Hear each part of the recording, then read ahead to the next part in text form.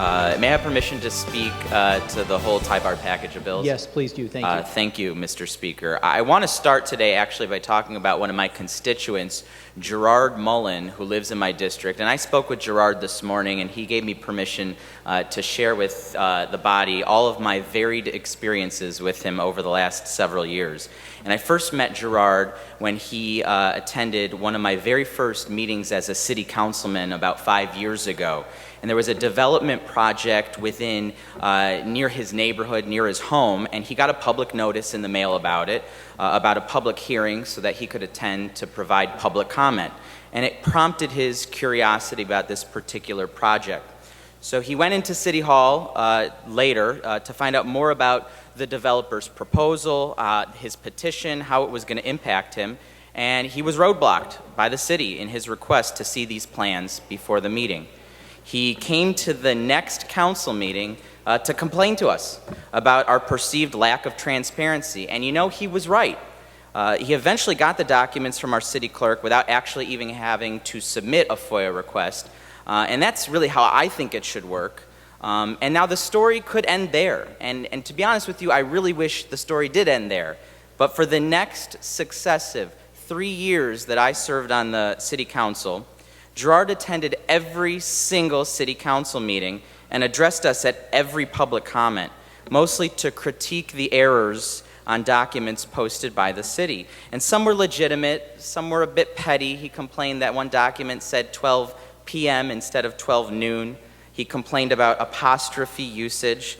It was always some sort of commentary at every meeting from Gerard. And I'm sure everybody here who has served in local government has the same experience in public comment. So finally, at one meeting, I told Gerard that his constant criticism of the little things that we did was in City Hall was like white noise. I couldn't even hear it anymore because it was so repetitive every week. And if I thought that somehow that was going to stop him, I learned my lesson when he announced at the next council meeting that he had registered the email address whitenoise2012@gmail.com so that other residents could contact him when they were wronged by City Hall. So you know what, Mr. Speaker? From that day forward, I kind of got it. The city had committed an error which questioned our transparency. And that's not a story that's unique to my city. It happens everywhere. But that error in transparency empowered a resident to question what else were we getting wrong. Being transparent in government on the front end is easier in the long run because it removes all doubts. And that's why when I came into the legislature, I was quick to co-sponsor our former colleague from Grand Rapids bill to apply the Freedom of Information Act to the governor and state legislature, which is an egregious blind spot in the act. No one here is responsible for that, but we all have the opportunity to fix it. And not every constituent is going to be like Gerard and pick at the little things. Most won't.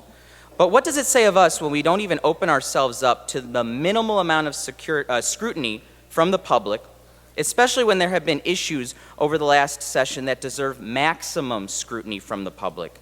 It gives a presumption that each of us look like we have something to hide, even when we don't. And it adds to why Michigan ranks dead last among the 50 states in the 2015 State Integrity Investigation by the Center for Public Integrity.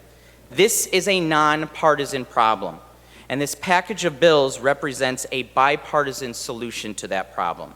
And it has been nothing but a pleasure to work with the chairman of the Oversight and Ethics Committee to craft these bills. The chairman and I represent very different districts apart from one another, belong to different political parties, and are on the opposite ends of the timeline during our tenure here in the House.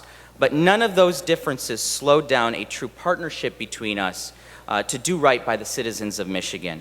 And actually learning about one another and the diversity of views in our state enhanced the bill drafting process for me. And I want to thank him for working with me on this tremendous effort.